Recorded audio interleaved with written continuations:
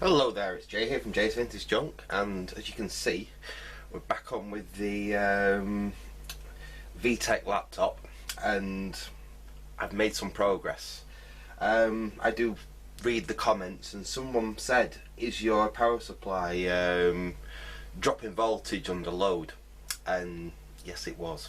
Yeah, that was basically what issue I was having. I keep messing about with this, and as you can see, I've actually got it connected up to the VGA. There is something wrong with the VGA connector at the back there. I think there might be a pin snapped off in one of the actual holes or something like that. It took a lot of fiddling and faffing, but eventually I managed to get the VGA cable to go in. Because I wasn't getting any luck at all with the on-built screen. I was just getting a flicker and a flash on it, and that was it. Anyway, I disconnected all that, and I was still trying it with the original, the power supply I was using before, and I was not having any luck. Anyway, I've swapped over. What I've got is just an old ATX power supply here. I've got it connected up to a remote switch there. And as you can see, I've literally got this stripped down to like the bare bones. So I've got the disk drive disconnected, basically everything. We've just got the main board, the actual switch mode power supply part there, and some RAM there, and that is basically it. But if I switch on now, I've got that running, yeah. Hear a beep then. If I get you up onto my screen here, oops, come on, there we go. We've got a ROM BIOS, American Megatrends. We've got 4 megabytes of RAM. I'll get you zoomed in a little bit. Oops, there we go. So we've got 4 megabytes of RAM. It's telling us obviously we've lost power because I don't believe the CMOS battery is going to be doing anything. Obviously CMOS options not set. Run setup utility and press F1 to resume. So basically we do seem to have something that's essentially working at the moment. What I think I'll do, I'm going to reposition your camera so you can see this screen a little bit better. And we will get you back down on here for now. Oops. There we go. So basically the computer is now working. Like I said, we've not tried to boot anything, we've got a disk drive or anything connected yet. In fact, we don't even know whether this disk drive works or not. I might have another suitable disk drive if this is dead, but or I might be able to resurrect it. But we'll do that next. I think I will switch off, and we'll put the disk drive back in. We won't screw it down or anything. We'll just literally put it back in the case like that. We'll connect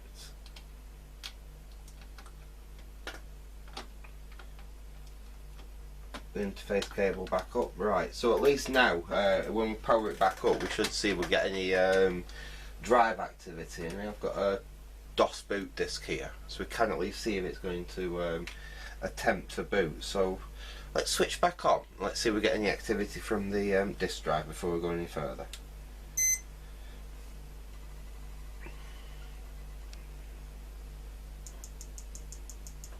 That's it counting the memory up.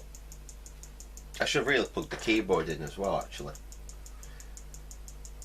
But anyway, let's see whether it actually recognises the disk drive or does anything with the disk drive.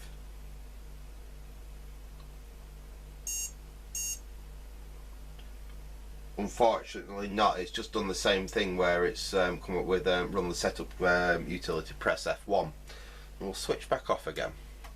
Like I said, I'll reposition the camera and make it a little bit easier for you to see what's going on screen, and we will come back and we'll take it from there. So back in a sec. Right, okay, I've got you actually on the screen there now, so you can see it properly, and I've got my external keyboard connected up to the laptop. So we will we'll switch on again. We didn't get a beep out of it that time. Now what have I done? I've obviously disturbed something or switched something off.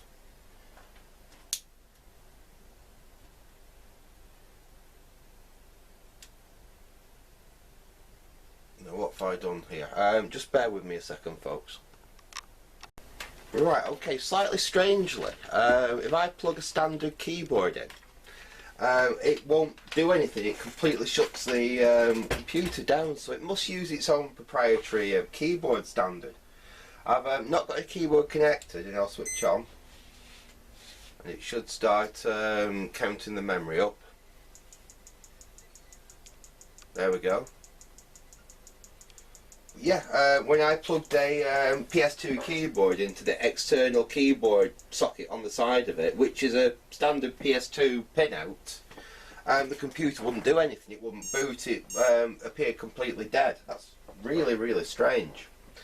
Unfortunately, what that means is to do anything, I'm going to have to connect the actual keyboard up to it. So just bear with me a second, and I'll see if I can get the keyboard connected up, and we can perhaps get a little bit further.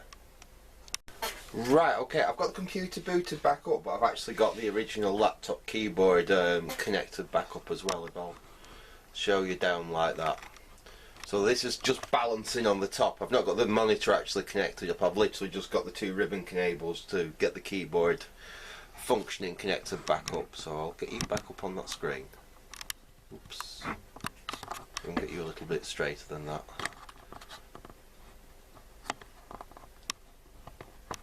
There we go. That's not too bad for you, is it? Let me just straighten you up a little bit. There you go. Right, let's see if this is going to work. So let's press F1. So at least it shows us that. Oh wow! I wasn't expecting something quite that fancy. I think this monitor is struggling to actually display what we've got here, but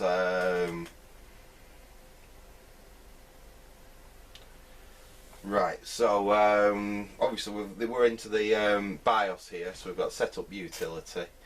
Press escape to exit for boot, or any key to run setup. So let's press any key. Time and date, we're not interested in that at the moment. What we're interested in is the system boot up, really. How do we navigate through this? Set date. In fact, this might be interesting because apparently this is not Millennium compliant. So let's have a look here what we can set for the date.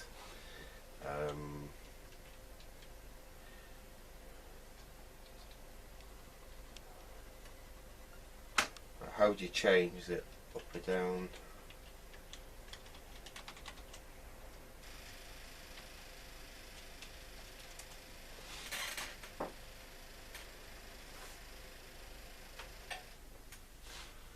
Just my heater. Right, okay. I can't get the up or the down to actually. Oh yeah. Oh yeah, that's working now.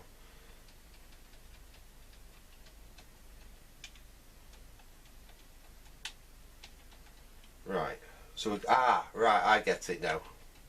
Okay, so 1980, 81, 82, 84, 85, 86. Let's see how far we can go. Well, it says we can go past 2000. 2022. It's not January, is it? February, March, April, May, June. And is it the 5th today? I can't remember. What's the date? What's today's date now? I think it's about the 5th or 6th. I think it's that'll do anyway. That doesn't matter. So that's okay. Set time. Oh, hang on. So pass system boot up.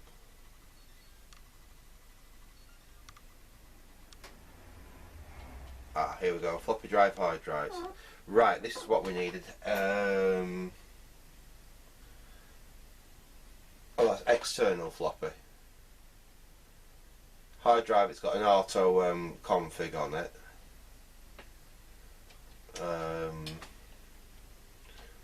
Video config. This is quite a fancy BIOS, really.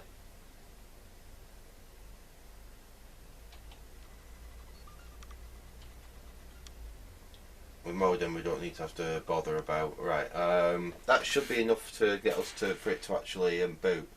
escape to exit. Let's press escape, escape.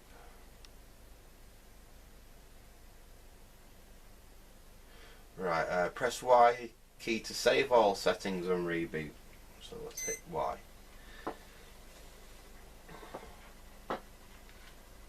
And let's see what happens this time.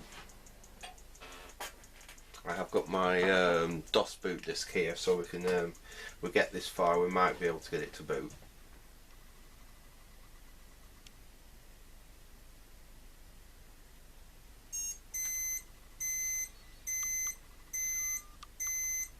And that's further than we've got before.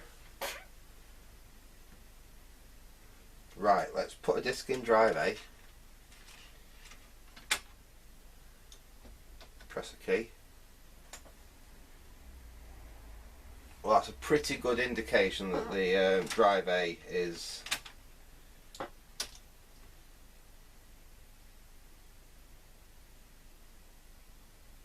drive A is completely and totally unresponsive. It's doing absolutely nothing. I'll try putting a disk in a few times. So we're going to have a look at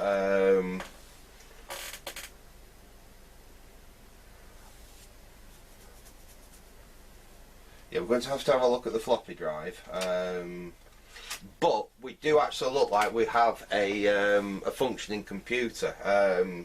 It is booting up, it's counting its RAM up, the BIOS is all working. Yeah, that is progress. So we'll get you back down onto the actual computer. So what we're going to have to do now, let me get this switched off. Switch the power supply off and I'll get the this disconnected. It's strange why it won't work with a standard Ps2 external keyboard though. I was expecting that to work, but like I said, it wouldn't even power on with that keyboard connected. And that's a keyboard that I use, you know, just as my generic Ps2 keyboard. It's an old Vtech one. So interesting. Obviously, it'll have probably lost all them settings now just thinking about it, because that battery there, that's something else we're going to have to change. That's going to be completely knackered. Yeah, we seem to have a good connection down there, but we are not getting any sign of life at all from the floppy drive. One thing I was thinking of though is what we're going to do in replace of a hard drive. And one thing that is a problem is we don't have the caddy. There should be like a metal caddy that would have taken the hard drive actually in there.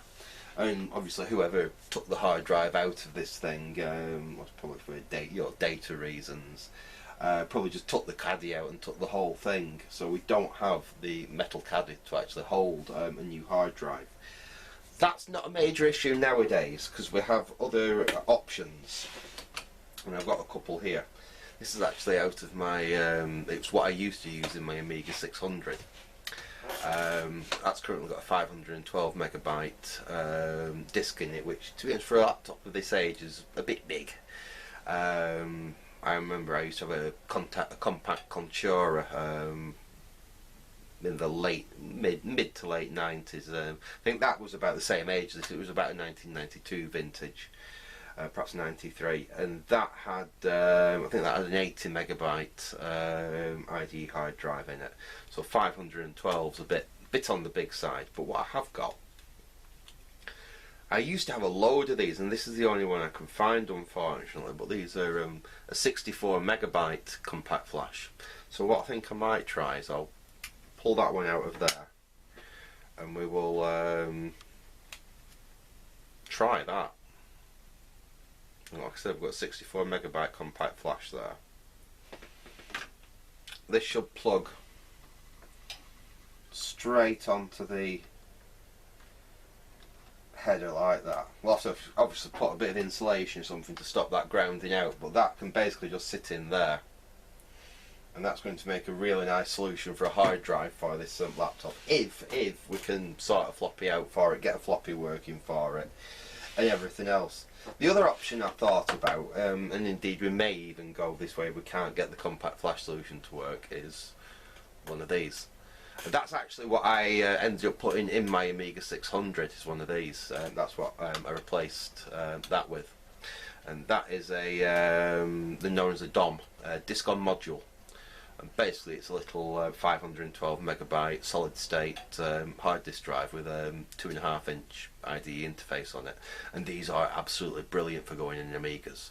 Amiga 600 and Amiga 1200s, because you don't need it. You literally just plonk that on the board like that, and that's it. They configure perfectly. They are a really nice little unit. I've used them in other PCs as well. The PC, the 486 I have upstairs has one of these instead of a standard hard drive. So that would be another option, as in we could literally just take that cable off there, and I think there's plenty of room to actually do it. Because we've got the height in the case as well. Yeah, I think they're probably just enough. In fact, let's try it now, because that'll tell us whether we can do this or not. Just well, they've actually managed to seem to have used hot glue to hold the that ribbon cable down when they made it. Yeah, I'm not going to just try and force that out. It's going to take a little bit of jiggery pokery to get that out if we want to perhaps use that. And I'm more inclined to use the smaller one anyway. Like I said, 64. If I'd had a 128 megabyte version of that, that would have been absolutely perfect. But I'll get the screen connected back up on this one. I'll get you back up on the monitor, and we'll just see if this is actually going to work as a hard disk. So back in a sec. Right, okay. I've got the I've basically got the keyboard connected back up on the laptop. I've got that compact flash installed in there, so we'll switch the laptop back on.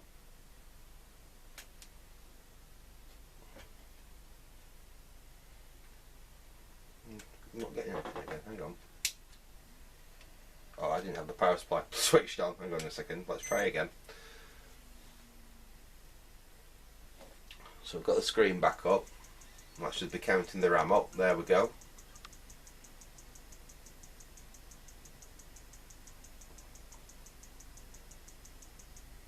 So the one thing we're not getting is a noise from the disk drive, which makes me think that this disk drive is basically just dead. We're going to have to go through everything again, I've just thought, because we've flattened it and we don't have a working CMOS battery. Right, so let's press F1 to resume. And we're back into here. I don't think we need to bother with the time and date or anything like that just for the moment. Let's just...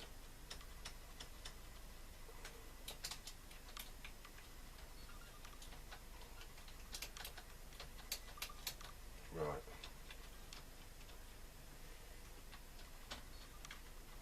Oh, I'm pressing the wrong button. This is it. System boot up.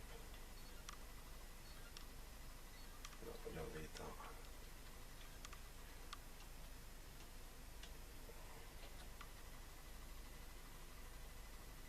So that's external floppy, which we're not bothered about. It's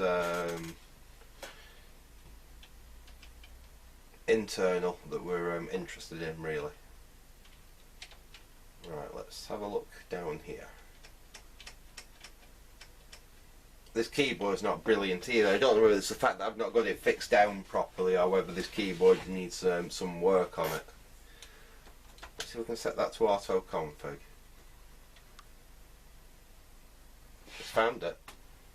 Cylinders 920, heads 4, sectors 32, size 61 megabytes. So that's brilliant. So that compact flash is going to work, I think, for our hard drive. Like I said, the only problem we've got at the moment is the fact that our floppy disk is defunct. We have no working floppy disk at the moment. Obviously this is not going to boot because there's not an operating system on that compact flash. Although I suppose I could go and perhaps see if I could image something on there. That might be a possibility. Let's see what it's going to do now.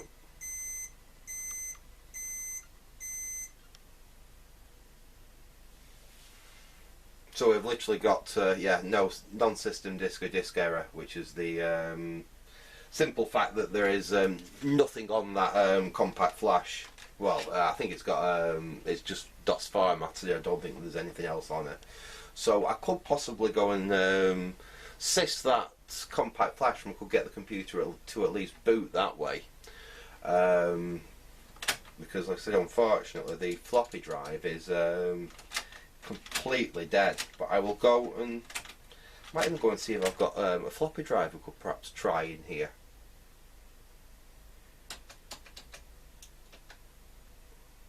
Yeah, it's not happy. It's not even attempting to do anything with that floppy drive. So yeah, what I'll do is I'll see if I can quickly make that compact flash card bootable, and I will see if I've got a floppy we could perhaps just quickly try in here. So back very shortly.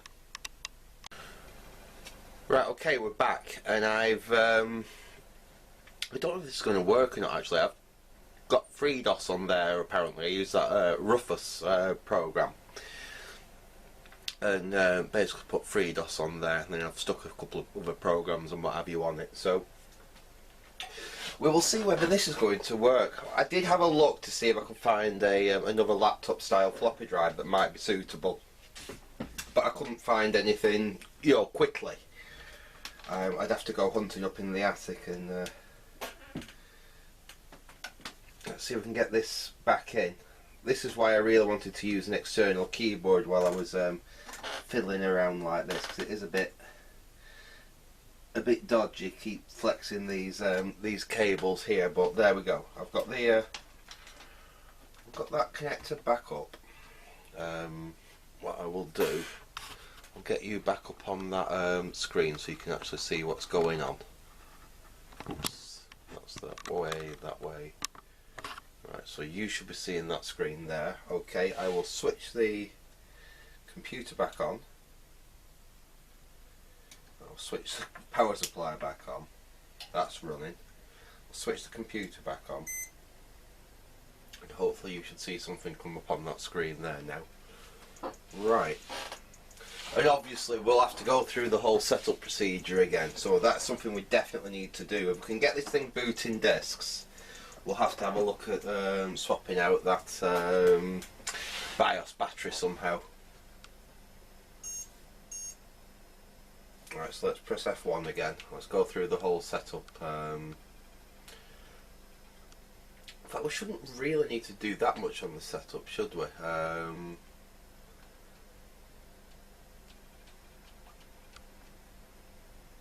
Let's go there. It's already set to auto config, isn't it? So that should be fine. Let's press escape, escape. Yes, right. Now hopefully this is going to boot into FreeDOS. I can't promise it because I've never actually tried doing this with a compact flash card before. It is an experiment. Let's see what it's going to do.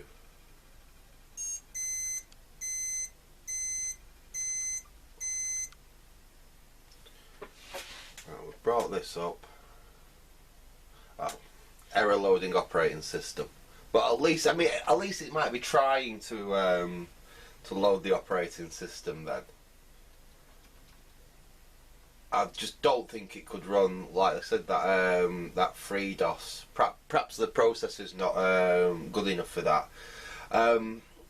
So what we need to do, really, I mean, I could use another computer. I could set that up in a different computer and then transfer it over to here. But to be honest, I think what I want to do, really, it proves that it's going to work. We're going to be able to use that compact flash card to actually run the computer. But what we really need to do, let's get this this keyboard disconnected.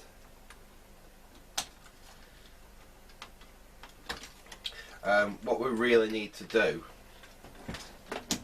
is sort that floppy drive out there. I think that's what we're going to do in the next video on this. Actually, I will go and have a look and see if I've got a floppy drive. I'll have to go and dig through some boxes in the attic, but I will go and have a dig through some boxes in the attic and see if we've got a floppy drive we can substitute into here. If not, it's a chin-on drive, so I might have something that's suitable.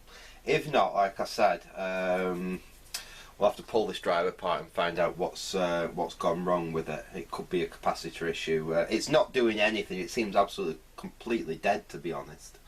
But we'll do that in the next video, and then we'll actually look at seeing what we can do about getting an operating system working on that. Once we've got an operating system and we've got it booting and everything, we can sort some of the damaged plastics out on the case. We can see if we can actually get the screen and the actual laptop screen to work, and see if that's all up and running. I don't want to connect that all back up just yet because it's an absolute mare to get that wired up, because I might be able to change it actually. At the moment that ground connection there is actually soldered in place. What I could actually do is extend that wire along a bit, put an eyelet on the end of it, and then like screw it down to this ground point at the end on the bottom of the motherboard there. That would mean that if I need to get this thing apart again, it's just a case of unplugging all the connections and unscrewing that rather than have to desolder that wire every time. But I'm quite pleased that the actual DC to DC converter, the switch mode power supply part of it there, seems to be working alright now. The only thing we don't seem to have functioning is the floppy drive. We can see that the IDE interface is all working. Obviously the video's working, the RAM's working, and quite nicely we've got 4 megabytes of RAM, which is quite a decent amount of RAM for you know, a system of this spec. If you consider that my like Apricot 386, which it's a few years older than this, but that only comes with 1 megabyte of RAM on board. And that was not unheard of for, you know, early 386 systems. So to have a 4 meg stick in it like that, obviously, I mean, this is done in a way where you've actually got RAM sockets, more like you would on, like I said, a desktop computer. It's not a standard or anything; it's proprietary. But they do use these modules like that.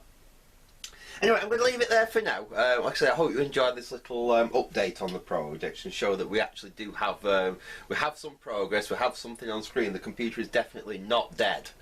It's not beyond hope or anything. I mean, that's one thing with this. If you notice, there's very, very, very little actually on the main board.